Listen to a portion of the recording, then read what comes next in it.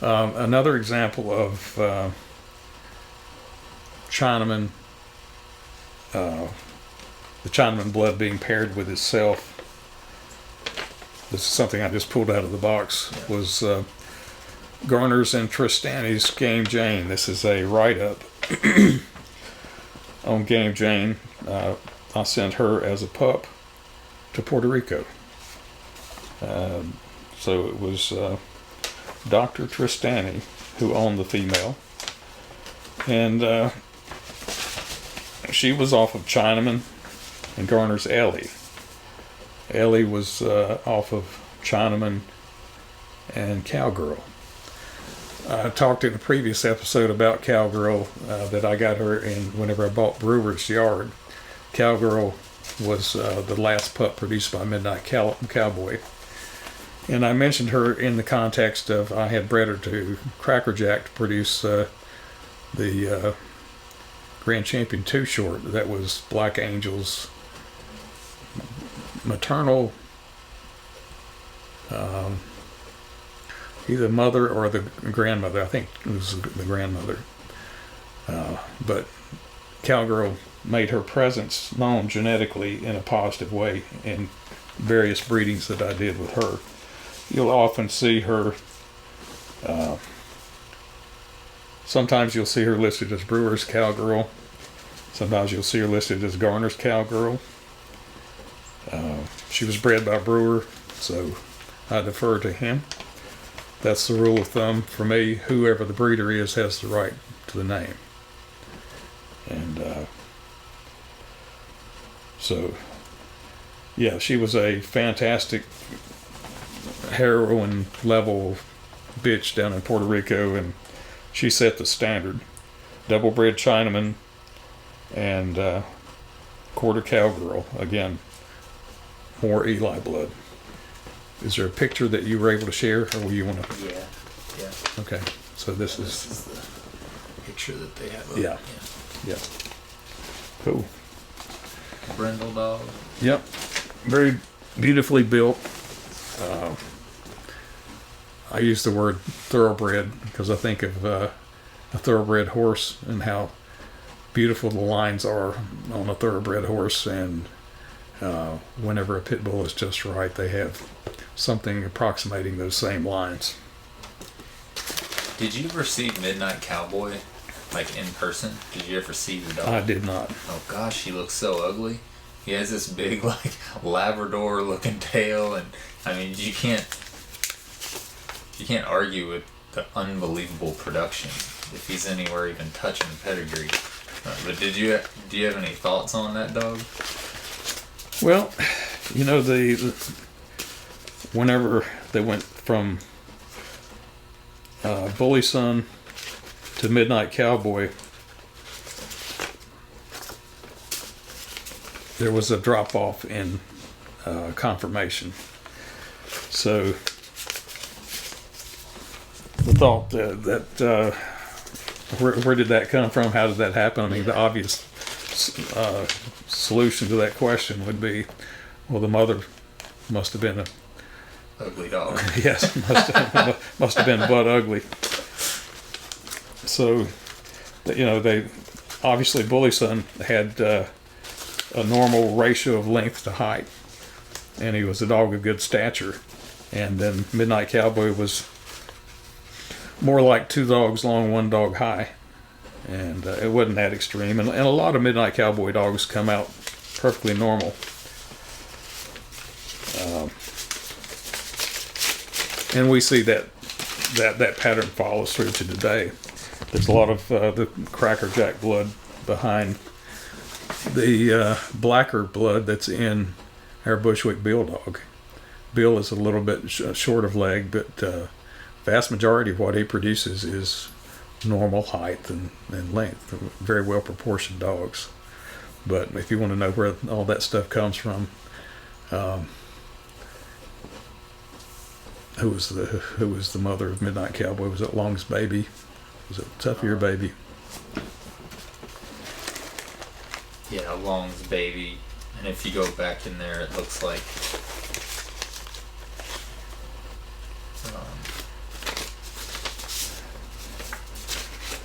there's Crenshaw's Reno and Carver's Miss Spike, and there's like Tudor blood back in there. The Bullet blood. there's 3 gentlemen depicted in this photograph. The one that would have been, from the viewer's perspective, the one on the left was the man who made El Negro a champion. He raised him from a puppy and did a fantastic job with him, and think the world of that guy. Is Juan Carlos Flores. This is an old picture from '98. You said on the far left. From the viewer's perspective.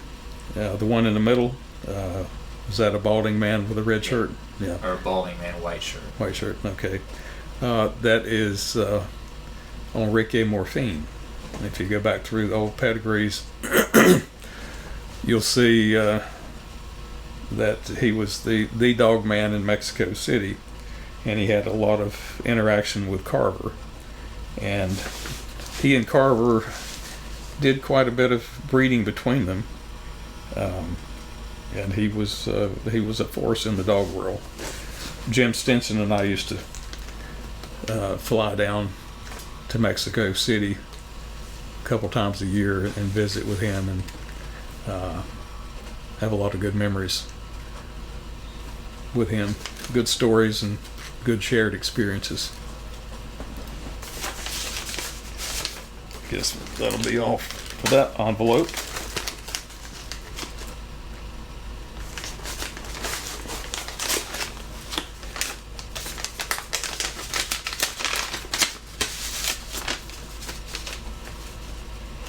This is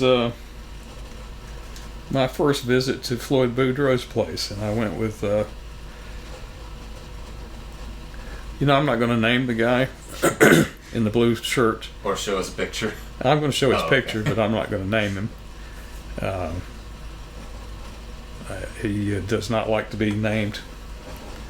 So I will say that we had gone on an adventure to recover a stolen dog, and it was very successful. But along the way, we stopped and visited with Floyd, and this is in '95. Floyd's in the middle, and I'm the guy in the striped blue shirt. That was in my powerlifting days. I was hitting about 470 on the bench. And that was then, and this is now.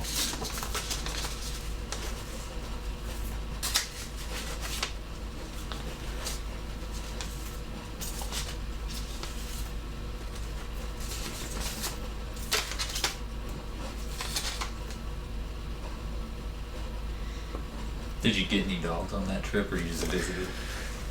What do you remember from the trip? The first time I saw Floyd's yard, I saw several dogs that looked like little Black Angus bulls, and Maverick was one of them, and Nikita was one of them. They had, how Black Angus bulls got a big old pair of nuts hanging down. They were configured the same way. These were stout, powerful dogs, and they were absolutely noteworthy. Since that time, I have had dogs of the same configuration from Floyd's bloodlines, namely Bobby Peru, Chemo. There's been several. The dog Kano that Philip Bordelon has down in Louisiana all have that little bit of a Black Angus bull look to them, just extra stout, made extra rugged, and they live up to it. They're bulldogs. Drogo, Capone. Those are some of the recent yeah. ones that just look like freaking dinosaurs, like some prehistoric monster. Yep, both off of El Negro, who carried a bit of that himself. This is Floyd's house dog.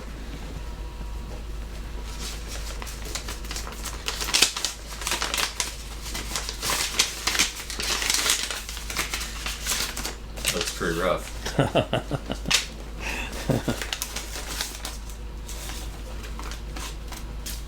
Was that his wife's dog or that was his dog? I think it was the family house dog, Oh, okay.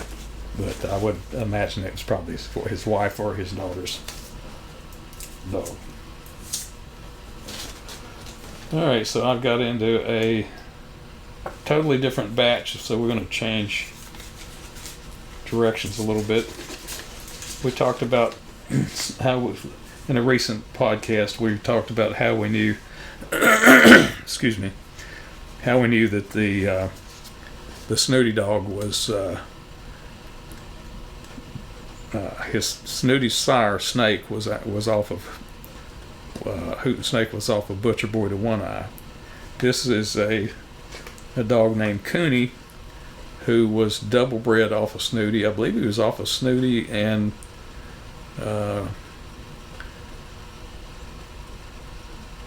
Lady. But you'll see Snoody's white head, and if you could see a little better in that picture, you'd see he's got a blue eye. That's a relatively rare thing, particularly in game bloodlines.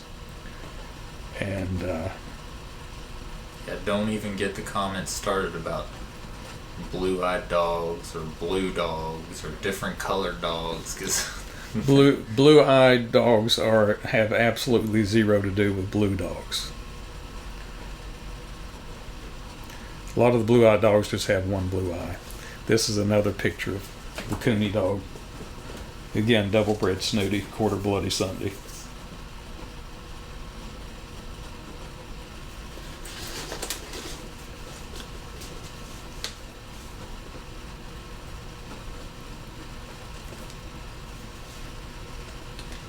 I can't tell you much about this dog, but I'll share the look. Snoody to copy. I don't even know that dog's name, but I had a sister to him that was.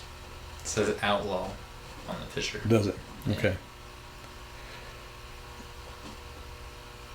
I had a sister to him that produced super game dogs.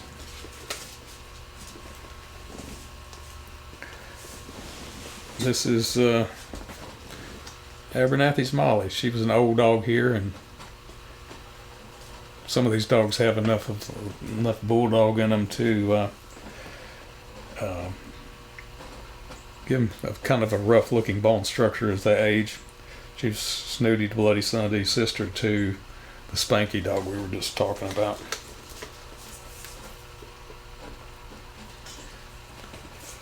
This is a direct daughter of Snoody called Tyra, Tira. It's funny when you see this pop up still now. Yeah, this like same pattern on the face. It's like one 2-inch wide brush stroke white right up the middle of the head. We see it commonly, don't we? And it's funny that it happens in one breeding, and we've done the same exact breeding again, and you just get nothing but black dogs, or you get like chocolate dog, a buckskin dog, and a bunch of black dogs, and then you get a whole litter where it just happens like this. So this was Tyra. Okay, the unique thing about her was one of the times that I bred her, I got a black and tan, and I got a red and tan. That's because you bred Rottweilers, right? Into it. Don't get that rumor started. I'm just saying. Of all the breedings that I've ever done, there's only been 2 times that I have produced either black and tan or a red and tan, and one of them was a Santos breeding that I did a couple years ago. Yeah. So it's interesting that both breedings that produced the black and tan or red and tan were Snoody based. We talked about Red Lady in a recent podcast. That's Champion Red Lady off of Snoody and Grand Champion Molly B.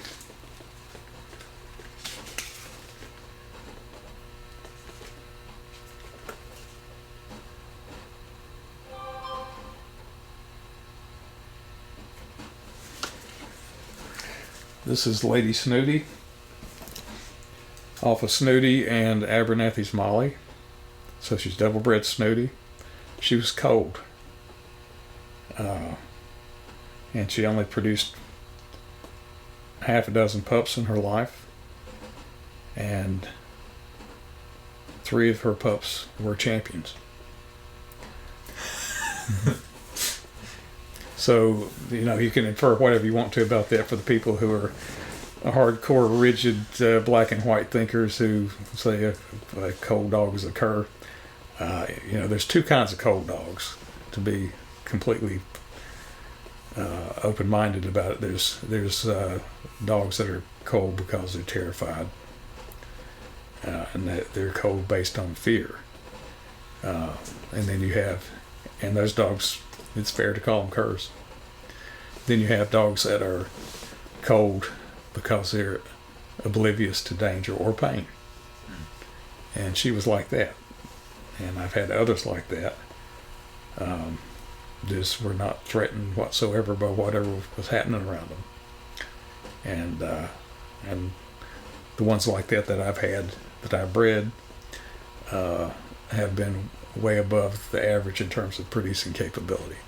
It is not only not cur, it is a degree of gameness that transcends what you normally expect, because they're not even threatened or bothered enough by an aggressive opponent to even engage. They're oblivious to it. So that's kind of like the guy who douses himself with gasoline, sets it on fire, and just tolerates it. That's a degree of gameness that's mind-boggling. But there's some like that, and be smart enough to know the difference. People who put down animals like that with no insight are that's just ignorant to a new level. Yeah, the next thing up from that is the ones that take something to get them going. I think I just recently listened to a long podcast about the little gator dogs, and I was surprised to hear that several of the champions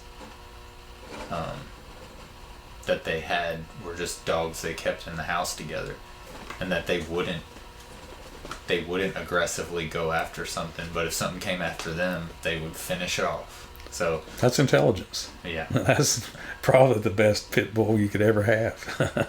Unless you're one of those people that holds a hard line, it must attack everything and kill everything and eat everything. And this seems like the level of intelligence, not all the time, but yeah, I'd say a good quarter of the time, I hear people want this, like, go, go, go, kill, eat, all this stuff. It's just like, well...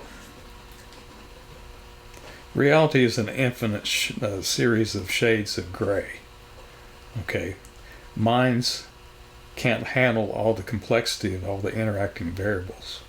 So minds try to impose their need for order on reality, and it often doesn't fit very well.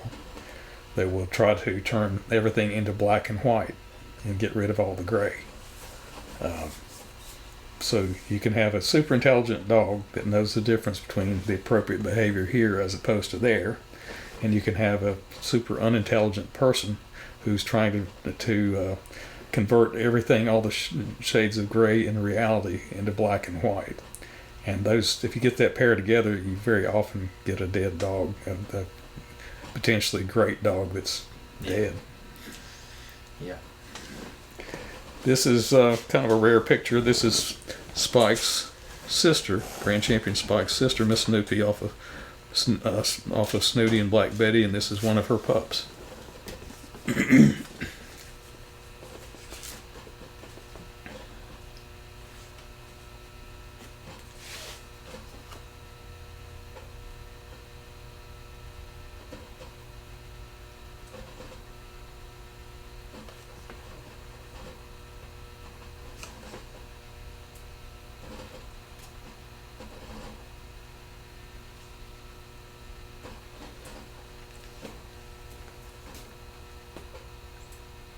Looks like the puppy I got at home, actually.